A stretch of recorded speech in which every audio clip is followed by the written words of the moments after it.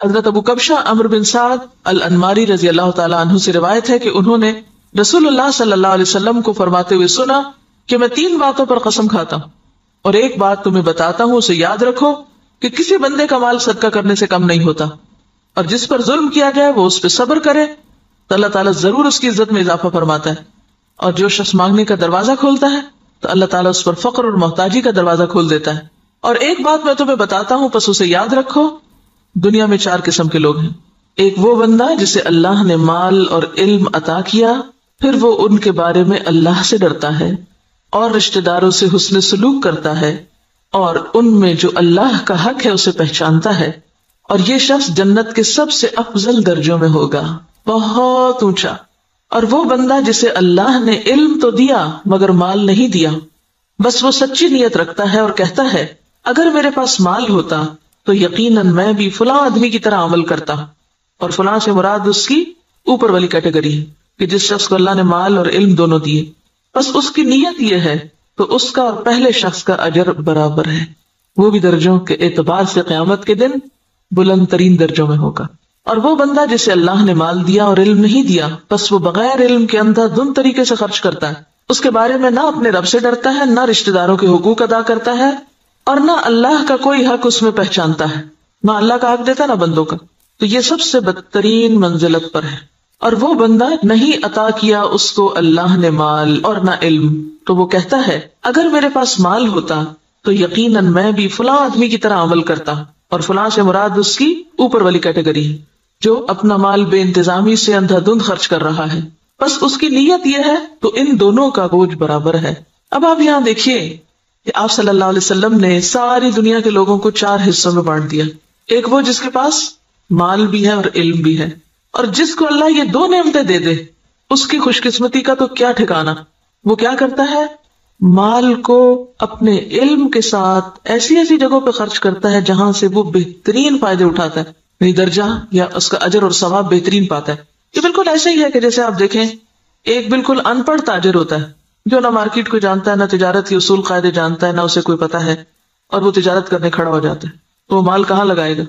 گواں بیٹھے گا، لاس کر لے گا۔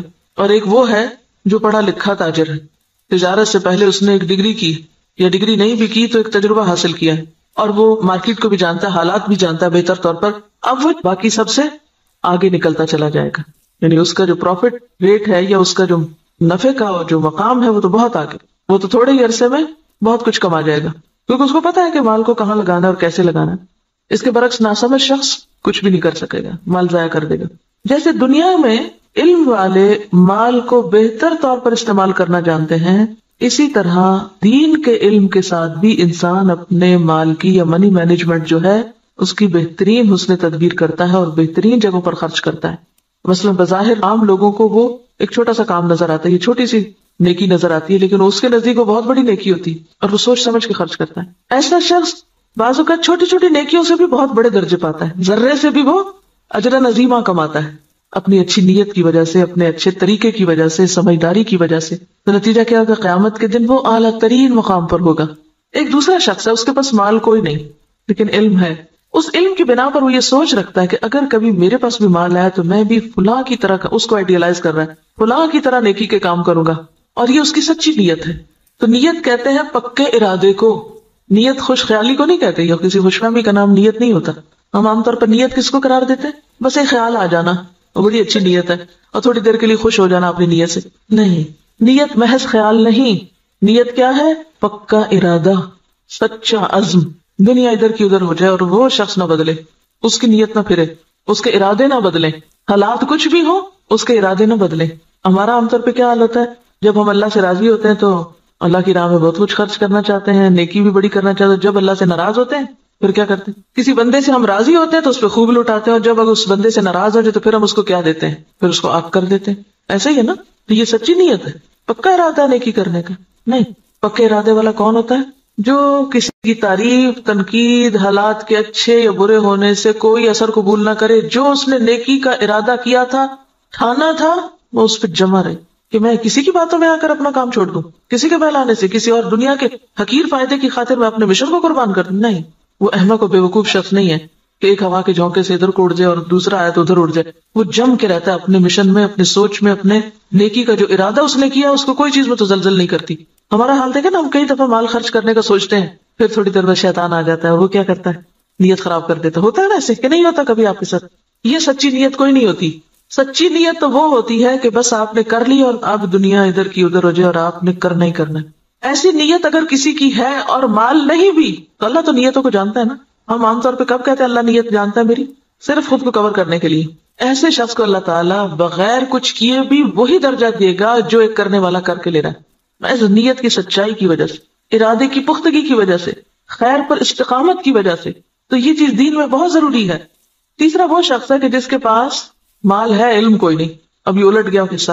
پہلے کے پاس علم تھا، مال کوئی نہیں تھا. اب اس کے پاس مال ہے، علم کوئی نہیں. اب وہ کیا ہے، بس جدھر اس کی خواہش نفس کہتی ہے، جدھر لوگ کہتے ہیں، جدھر اور لوگ جو کچھ کر رہے ہیں وہ بھی اندھا دھند وہی مال خرچ کرنا شروع کر دیتا ہے، دکھاوے میں، ریاکاری میں اور دنیاوی شہرت کے لیے.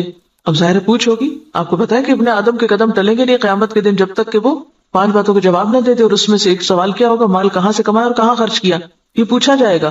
ایسا نہیں ہے کہ بس آپ چھوڑ دیے جائیں کہ بھیا اللہ میرا مال تھا میری مرضی. یہ بات نہیں ہے. مال اللہ کی دی ہوئی ایک امانت ہے آپ کے پاس، اس کو اللہ کی مرضی کے مطابق ہی خرچ کرنا ہے. یہ نہیں کہ اگر آپ کو مال مل گیا تو اختیار بھی مل گیا. منمانی کرنے کا اختیار تو نہیں مل جاتا مال ملنے سے، یہ ملتا ہے ویسے ہم نے لیا ہوا ہے. ہم اپنے مال کو خرچ کرتے وقت کیا ذہن میں رکھ کے خرچ کرتے ہیں؟ میرا مال میری مرضی، کیا مرضی کرو. کوئی سمجھائے بھی تو ہم کیا کہتے ہیں، جہاں جی چاہے اڑاؤں، تم کون ہوتے مجھے کچھ کہنے والے، میرے پیسے ہیں نا، جو چاہوں کروں. اور وہ اس کی نیت کیا ہے، کوئی اس کی نیت نہیں.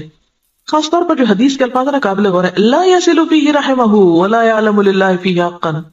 نہ رشتہ داروں کو دیتا ہے اور نہ اللہ کا حق پہچانتا ہے، نہ فی سبیل اللہ خرچ کرتا ہے.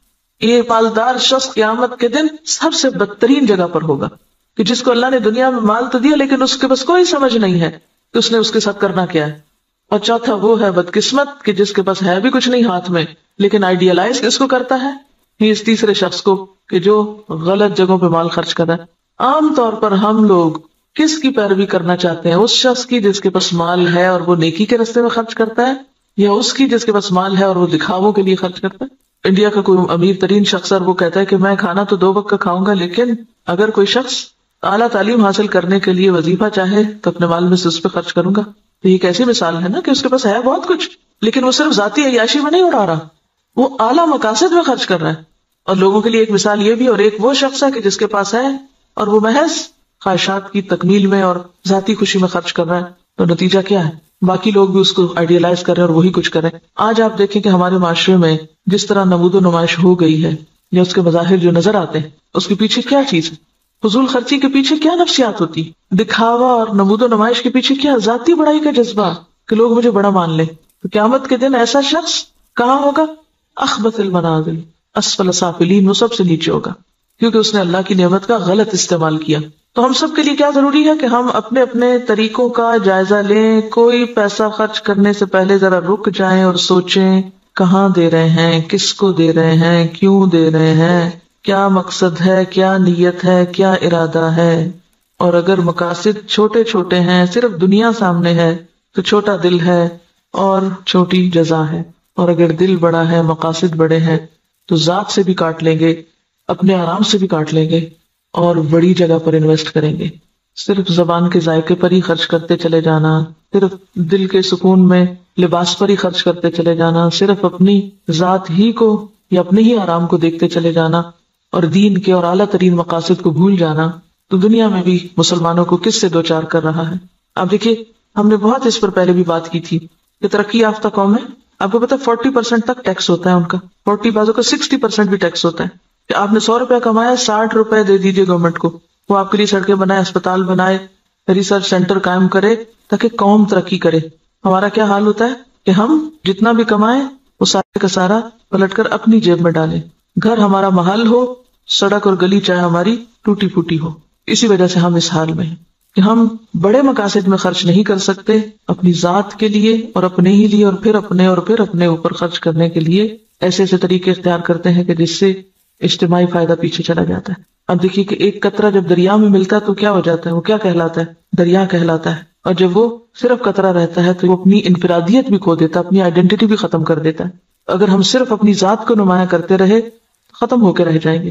اور اگر ہم نے یہ سب کچھ اچھے مقاصد کے لیے اپنے آپ کو بھی اور اپنے مال اور اپنے اوقات کو بھی لگایا تو پھر اعلیٰ ترین منازل پا سکتے ہیں. یہاں جو بات یاد رکھنے کی ہے، بظاہر تو حدیث بالکل واضح ہے، مطلب صاف ہے، سمجھ میں آنے والا ہے، لیکن عملی طور پہ کیا کرنا ہے؟ ہر شخص اپنے اوپر کچھ نہ کچھ صدقہ لازم کرے، کچھ نہ کچھ کسی کو ضرور دیں، چھوٹا ہو یا بڑا، اور دے کے تجربہ کریں کہ یہ بات کس قدر سچی ہے.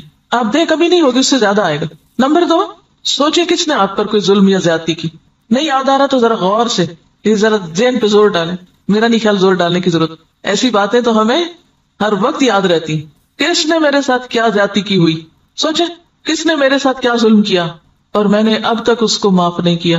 ان سب کو آج معاف کر دیں اور اپنے دل سے ان ظلم و زیادتی کے باتوں کو نکال کے دروازہ بند کر دیں، صاف کر دیں، صفائی کر دیں دل کی. معاف کرنے کا سب سے بڑا فائدہ صرف انسان کو خود ہوتا ہے. اپنا دل اطمینان میں آ جائے گا، اچھا کوئی بات نہیں، وہ بھی انسان ہے نا، پتہ نہیں اس کی کیا کیا مجبوریاں ہیں، اس کو کیا کیا کمی ہے، اس پہ کیا ظلم و زیادتی زندگی میں ہوئی، اس کو کیا کیا محرومی ہوئی، اس کو معلوم نہیں کیسا ماحول ملا، تو اس کو معاف کر دیں. اس کا کہاں سے پتا چلے گا کہ آپ نے معاف کیا؟ آج کے بعد ان باتوں کو زبان پہ نہیں لانا، چھیڑنا نہیں، ذکر نہیں کرنا. ورنہ ہوتا کیا ہے، جب کوئی آپ کو مزید پھر دوبارہ زیادتی کرتا ہے تو آپ جس چیز کو معاف کر چکے تھے اس کو بھی ساتھ جمع کر لیتے ہیں. اگلی زیادتی تو اگلی ہے، پچھلی بھی ساری لے آتے ہیں واپس. کڑوی باتیں نہیں دہرانی، منہ کڑوا ہو جاتا ہے.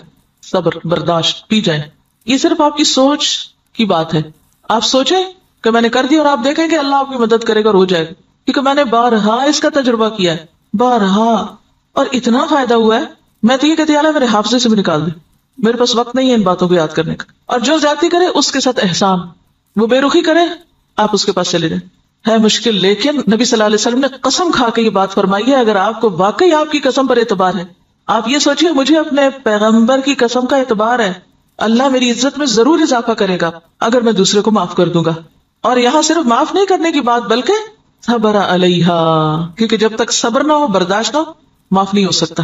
معاف کرنے کے لیے اسے پینا پڑتا ہے، جیسے دوائی کا کڑوا گھونٹ پیا جاتا ہے. اور اگر آپ یہ نہیں کر سکتے نا، پھر اپنی معافی کی بھی توقع کم کر دیں. آپ اگر دوسروں کو نہیں معاف کر سکتے تو مت پھر امید رکھیں کہ آپ کو معاف کیا جائے. اگر آپ واقعی چاہتے ہیں کہ اللہ آپ کی عزت میں اضافہ کرے، کیونکہ سارے کام تو آپ اپنی عزت ہی بڑھانے کے لیے کر رہے ہوتے ہیں لیکن الٹے کر رہے ہوتے ہیں، تو جو نسخہ نبی صلی اللہ علیہ وسلم نے بتایا ہے اس کو عمل کر کے ایک دفعہ دیکھیں. ہے حوصلے کی بات لیکن کر سکتے ہیں، ایسا نہیں کہ کیا نہیں جا سکتا. اگر آپ اپنی جان کے دشمنوں کو معاف کر سکتے ہیں، حمزہ کے قاتل وحشی کو معاف کر سکتے ہیں، ابو سفیان کی بیوی کو معاف کر سکتے ہیں، ہند کو معاف کر سکتے ہیں، کوئی بدلہ نہیں لیتے، کوئی انتقام نہیں لیتے، کوئی جرمانہ نہیں لیتے، تو وہی لوگ تو پھر آگے جا کے دین کی خدمت اور دین کی عزت کا ذریعہ بنتے ہیں. یہ عمل کا وقت ہے. اور تیسری چیز، لوگوں سے توقع ہٹا دیں، لوگوں کے سامنے ہاتھ نہ پھیلائیں، لوگوں کا بھروسہ چھوڑ کے اللہ پہ بھروسہ کریں، اللہ کی طرف توجہ کریں. کیونکہ جب انسان لوگوں کے سامنے ہاتھ پھیلانے لگتا ہے، لوگوں پہ توقع رکھنے لگتا ہے، تو نتیجہ کیا نکلتا ہے؟ صرف مایوسی ہوتی، صرف حسرتیں ہی جنم لیتی، لوگوں سے استغنا برتے ہیں.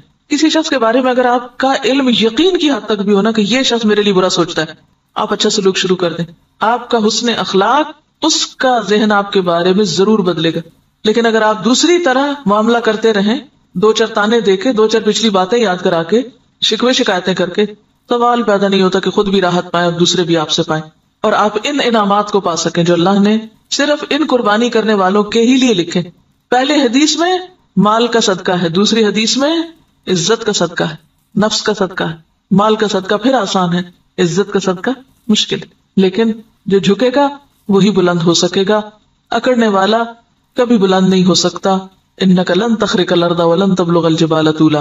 سبحانک اللہم وبحمدک، نشہد ان لا الہ الا انت، نستغفرک ونتوب الیک.